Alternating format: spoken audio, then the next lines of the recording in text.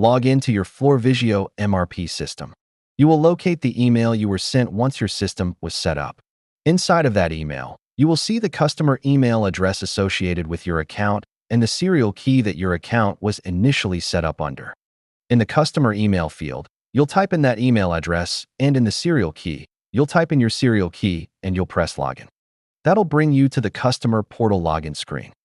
And here you'll type in the password for your customer portal login and you'll click login.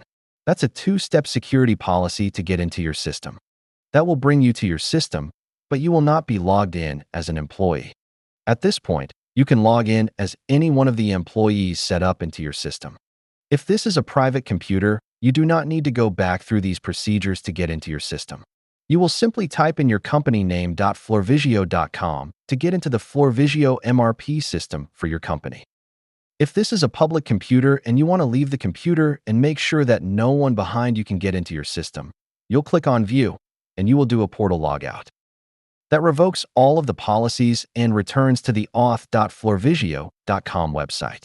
Now, if somebody tries to go back to your company name .floorvisio.com, they will be redirected back to here, not allowing them access to the account.